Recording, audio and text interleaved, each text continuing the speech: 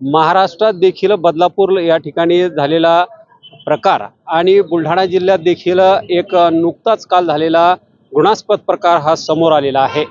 त्या सर्व प्रकाराच्या निषेधार्थ या ठिकाणी महिला काँग्रेस प्रदेश सचिव जयश्रीताई शेळके यांच्या नेतृत्वात या ठिकाणी आंदोलन सुरू आहे। मूक आंदोलन या ठिकाणी आपण बघू शकता, तोंडावर पट्ट्या बांधून यांचं आंदोलन या ठिकाणी सुरू आहे। या ज्या अन्याय अत्याचार झालेले आहे त्या महिलांना व त्या चिमुकल्यांना न्याय मिळावा यासाठी हे आंदोलन सुरू आहे।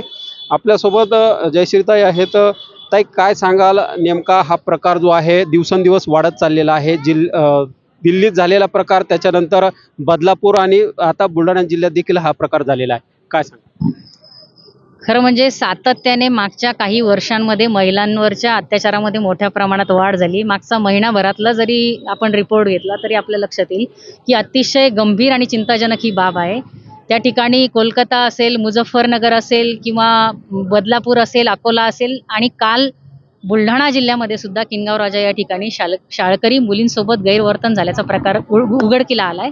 खरं म्हणजे ही अतिशय चिंताजनक बाब आहे। राज्य शासनाकडून ही अपेक्षा आहे की राज्य शासनाने, खरं म्हणजे पोलीस प्रशासन आणि राज्य शासन यांनी संयुक्तरित्या या राज्यातील महिलांच्या, लेकीबाळींच्या सुरक्षिततेची जबाबदारी घ्यायला हवी होती। दुर्दैवाने ती घेतली जात नाही असं चित्र घडणाऱ्या गुन्ह्यांमागून स्पष्ट होतं।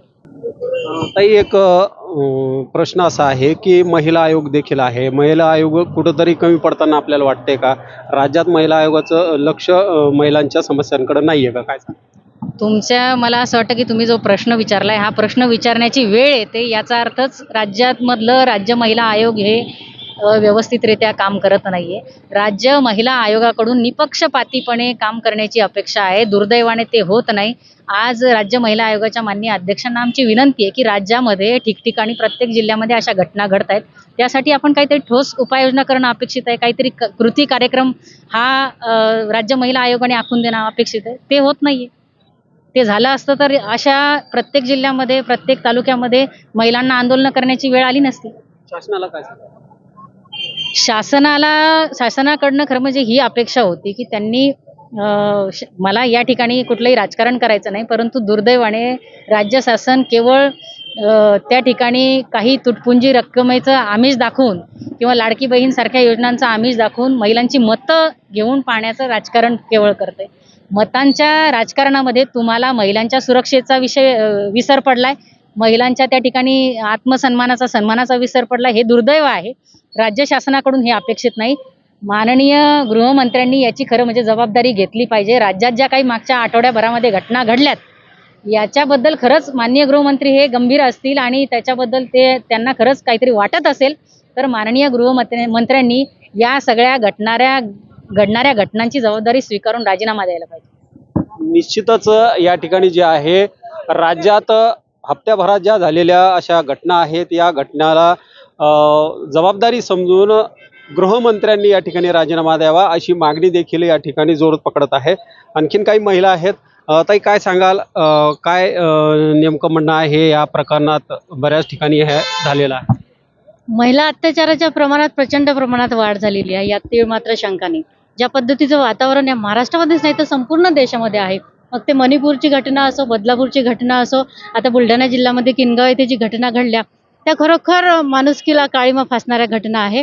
अशा घटना सातत्याने होत आहे, परंतु या महाराष्ट्राचे मुख्यमंत्री अजूनही गप्प आहेत, मूग गिळून गप्प बसलेले आहेत। लाडकी योजना राबवण्यामध्ये व्यस्त आहेत, परंतु तो लाडक्या बहिणीची सुरक्षेच्या दृष्टीने तुम्ही काय उपाययोजना करतात हे देखील महत्त्वाचं आहे। ज्या घटना घडली त्या घटनेचा आम्ही तीव्र निषेध करतो। महाराष्ट्र प्रदेश सचिव जयश्रीताई शेळके यांच्या नेतृत्वामध्ये आजच्या या मोर्चाचं आयोजन केलेलं आहे। आम्ही सर्व महिला या घटनेचा तीव्र निषेध व्यक्त करतो। क्या कहेंगे आप, ये जो घटना घटी है महाराष्ट्र में? ये बड़ी शर्म की बात है कि हमारे भारत देश में आज जो बेटी को माँ बहन का दर्जा दिया जाता है उसके साथ में ये गलत काम हो रहे हैं। हम तो सरकार से यही उम्मीद करेंगे कि मेहरबानी करके ये खत्म कर दो, हमें सुरक्षा दो। निश्चितच या ठिकाणी ज्या आहेत या महिला सुरक्षा मिळावी यासाठी बोललं जात आहे। भर पावसात हे आंदोलन सुरू असलं तरी या महिलांच्या या भावना ज्या आहेत सरकारपर्यंत पोहोचाव्या अशी भावना त्यांनी व्यक्त केली आहे। दीपक मोरे, नवराष्ट्र, बुलढाणा। है।